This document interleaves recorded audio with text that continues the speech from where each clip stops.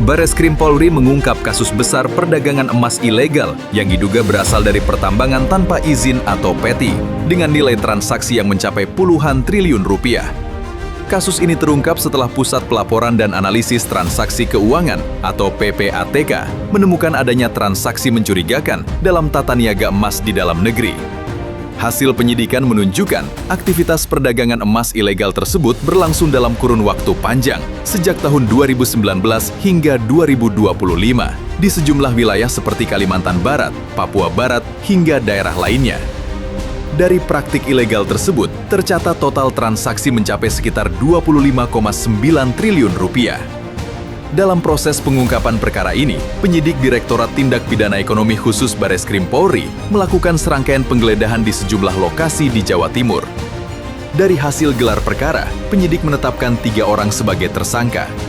Polri menegaskan penindakan terhadap praktik pertambangan ilegal akan terus dilakukan, termasuk menelusuri aliran dana dan aset hasil kejahatan demi melindungi kekayaan negara serta menjaga kelestarian lingkungan. Pada hari ini penyidik di Direktorat Bareskrim Polri kembali melakukan penggeledahan, upaya paksa penggeledahan di 3 lokasi yang merupakan perusahaan pemurnian dan jual beli emas di wilayah kota Surabaya maupun Kabupaten Sidoarjo maupun Jawa Timur. Yang pertama di lokasi ini PT Simbajaya Utama atau SJU. Kemudian di lokasi lain yang juga saat ini sedang dilakukan upaya paksa penggeledahan oleh penyidik yaitu PT GS atau Indah Golden Signature. Kemudian yang ketiga adalah PT SJL atau Sukajadi Logam. 3 tersangka telah ditetapkan dalam perkara sebagai tersangka. Di antaranya adalah saudara TW, yang kedua adalah saudari DW, kemudian yang ketiga adalah saudara BSW. Dan tidak menutup kemungkinan terkait dengan keterlibatan pihak lainnya sedang kita dalami. Akumulasi transaksi jual beli emas yang diduga berasal dari pertambangan tanpa izin ataupun pertambangan ilegal selama kurun waktu 2019 hingga tahun 2025 itu mencapai 25,9 triliun rupiah.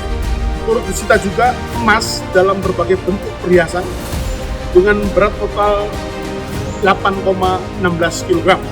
Emas dalam bentuk batangan dengan berat total sekitar 51,3 kg bernilai kurang lebih 150 miliar dengan fluktuasi harga emas saat ini terhadap uang tunai sebesar 7,13 miliar dari hasil penggeledahan di Rumah Tamboma Surabaya sebagai wujud penegakan hukum progresif yang tidak hanya menghukum para pelaku namun juga melakukan penelusuran dan penyitaan terhadap harta kekayaan hasil kejahatan.